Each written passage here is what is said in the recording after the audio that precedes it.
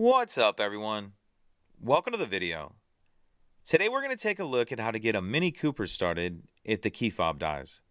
I'm going to be demonstrating on a 2020 Mini Cooper in this video, but it will be the same on a few different years. So I've taken the battery out of this key fob to demonstrate.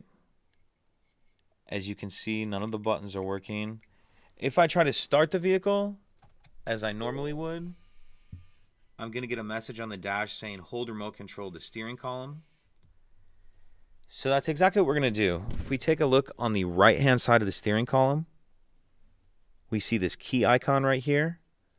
What we need to do is hold the key fob to that icon like that, kind of with the top touching it. And once we do that, we'll be able to start it as normal. So we're going to hold the key fob to that icon, press the brake in.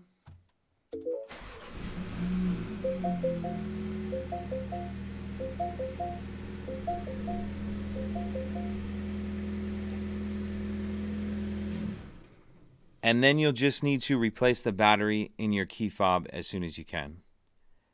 If you have any questions, please let me know. If you could take a second to like and subscribe, it helps us out, and I'd appreciate it. Thank you.